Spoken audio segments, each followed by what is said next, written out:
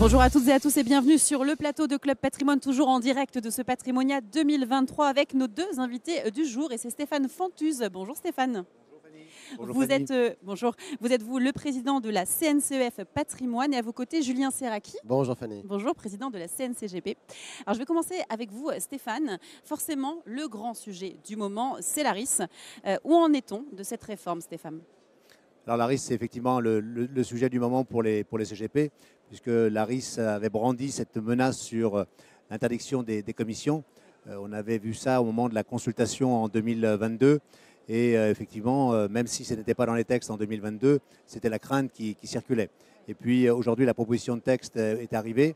On voit que cette inquiétude n'est pas là, mais on voit qu'elle est entre les lignes, si je puis dire. Et je pense qu'on pourra peut-être y revenir. Et puis derrière, il y a un processus maintenant qui s'est mis en route, puisqu'il y a des discussions qui se font entre aujourd'hui la France et comment dirais-je, l'Europe pour faire aboutir ce texte. Il faut préciser qu'on a des élections l'année prochaine en 2024, donc certainement que les commissaires vont changer pour certains d'entre eux. Donc certains pourraient espérer que la RIS ne voit pas le jour, si je puis dire. Là encore, Bercy nous a clairement dit qu'il ne faut pas compter là-dessus. Le texte ira jusqu'à son terme. Sous quelle modalité, c'est ce qui se discute en ce moment.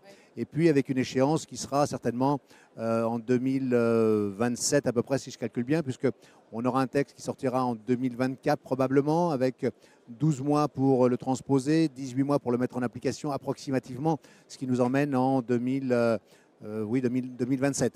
Alors c'est loin et en même temps c'est demain. Donc voilà, il faut s'y préparer. Et c'est aujourd'hui effectivement qu'il faut apporter notre soutien à toutes les équipes qui négocient pour voir où sont tous les flous sur ce texte qui encore porte beaucoup d'interrogations. D'accord. Merci Stéphane pour ce point d'actualité sur la RIS. Julien, quels sont les points débattus ? Effectivement, Stéphane a raison, c'est-à-dire que quand on regarde le projet de texte lui-même, il n'y a rien qui serait extrêmement inquiétant pour les conseillers en gestion de patrimoine. Mais on n'en est qu'au projet de texte, il faut bien le comprendre. Maintenant, il va y avoir une discussion, ce qu'on appelle le trilogue, entre la Commission européenne, les États européens et le Parlement européen. Et les choses peuvent encore bouger, les choses peuvent encore changer. Donc, on est très à l'affût, évidemment, avec Stéphane, sur les choses qui peuvent changer. Et puis, il y a certains points qui nous gênent, qui nous semblent ne pas aller dans le bon sens. Je vais vous donner 3 exemples.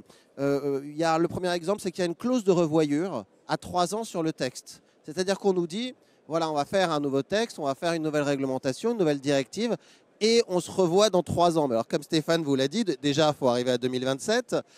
Tous les textes seront sortis ou pas encore sortis parce qu'il y a des textes de niveau 2, des textes de niveau 3. Ça, c'est compliqué, tout ça. Et donc, en fait, c'est une fois que tout ça sera terminé, on va nous dire, allez, on se revoit et on fait le point. Mais on fait le point sur quoi ? MIF 2 DDA, c'était il y a 5 ans. Et ils n'ont pas encore tiré la substance réelle de ces directives-là. Donc, 5 ans plus tard, on n'y arrive pas. Alors là, si on fait une clause de revoyure à 3 ans, ça ne va pas être possible. Il y a d'autres points qu'on va négocier. C'est par exemple le fait que quand on fait du conseil indépendant, c'est-à-dire qu'on ne perçoit pas de commission, puisqu'ils ont dupliqué le modèle du CIF indépendant sur un modèle de courtier indépendant, c'est ceux qui ne perçoivent pas de commission, qui font que de l'honoraire, et bien eux, ils auraient la faculté de ne pas prendre auprès de leurs clients les informations habituelles de profil de risque, de relevés patrimoniaux et ce genre de choses. Et de conseiller quand même des produits à leurs clients. Alors moi, je trouve ça absolument incroyable. Ce n'est pas la manière dont on est rémunéré qui doit dicter si on doit prendre des informations sur notre client et si on doit lui conseiller un produit risqué ou pas. Donc par exemple, Fanny, je vais vous dire, je ne vous connais pas. Oui. Je ne perçois pas de commission, et ben vous allez prendre un produit 100% action, parce que moi je ne perçois pas de commission. Ouais, non mais oui, bien sûr. Donc, ça paraît un petit peu aberrant dit comme ça, effectivement. Il y a des choses qui sont aberrantes, vous voyez, ça ne va pas remettre notre métier en question, mais c'est des choses comme ça qui sont aberrantes. Et donc, avec Stéphane, avec les autres associations et avec tout l'écosystème français, on est en train de se battre sur ces sujets-là. Je comprends. Je rajouterais juste un petit point là-dessus. Il y a quand même quelque chose de très choquant, c'est que dans les précédents textes européens, on a toujours mis en avant le Conseil. Oui. Et aujourd'hui, la démarche qui est implicite, c'est de ne plus mettre en avant le Conseil, mais de mettre en avant le produit le moins cher.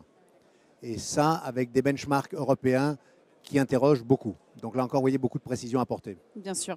J'aimerais parler maintenant, Stéphane, de l'avenir de la profession avec la concentration, session de cabinet et les différents modes d'exercice de l'activité des CGP. Alors, c'est quoi cet avenir de la profession? Alors, l'avenir de la profession, on pourrait en débattre longtemps, mais rapidement, il se trouve que j'ai une autre activité où je vends également des cabinets, des entreprises, dont des cabinets de gestion de patrimoine. Et on voit bien qu'aujourd'hui, il y a une concentration forte qui se fait par le biais d'un certain nombre d'acteurs qui ont fait rentrer des fonds dans leur capital et qui aujourd'hui veulent prendre une place importante dans ce marché-là. On voit aussi un certain nombre de petits, ça n'a rien de péjoratif, mais de petites structures indépendantes qui sont face à la réglementation, face au choix des produits qui est compliqué, qui est un travail à plein temps, donc qui se mettent, soit qui font appel à des plateformes, soit qui se mettent en réseau. Et donc là, on voit effectivement se dessiner différentes formes de modèles économiques sur la façon de travailler. Et puis à ça se rajoute, je dirais, on va dire deux grands pôles. D'une part, la complexité qui va croissant en termes de réglementation, on vient d'en parler, et puis un outil, on en parle aussi beaucoup, comme ChatGPT, qui prend de plus en plus d'importance et qui fait que demain, est-ce qu'un certain nombre de process ne vont pas permettre d'être automatisés par ce biais-là et réduire peut-être la façon dont on apporte le conseil à nos clients. En tout cas, je pense qu'il y a des modèles qu'il va falloir revoir, repenser. Et quelque part, c'est ce qui est intéressant, puisque pour s'adapter au marché. Notre monde est vivant. Bien et Laurias nous disait récemment que c'est la population dans laquelle on a le taux de croissance le plus fort parmi tous les gens qui sont dans le registre de Laurias. Donc ça veut dire que notre population continue à attirer. Oui, c'est ça. Alors, je suis tout à fait d'accord avec ce que tu as dit, mais moi, je n'utilise pas le terme de concentration pour parler de ce phénomène, parce que la concentration, c'est la réduction du nombre d'acteurs. Et comme tu viens de le dire, le nombre d'acteurs continue à augmenter. C'est vrai. Donc, moi, je dis plutôt c'est la consolidation du métier, parce qu'on a des acteurs de plus en plus forts. Et il faut avoir à l'esprit que ce paramètre de marché, c'est-à-dire avoir des acteurs de plus en plus importants et en même temps un nombre d'acteurs de plus en plus grand, ça n'existe que quand on prend des parts de marché. Sinon, ce n'est pas possible. Bien, merci beaucoup à tous les deux pour cet échange. Merci. Merci Fanny. Merci. Merci à vous de nous avoir suivis. On vous donne rendez-vous très vite pour de nouvelles interviews, toujours sur le plateau de Club Patrimoine, sur ce Patrimonia 2023. À très vite.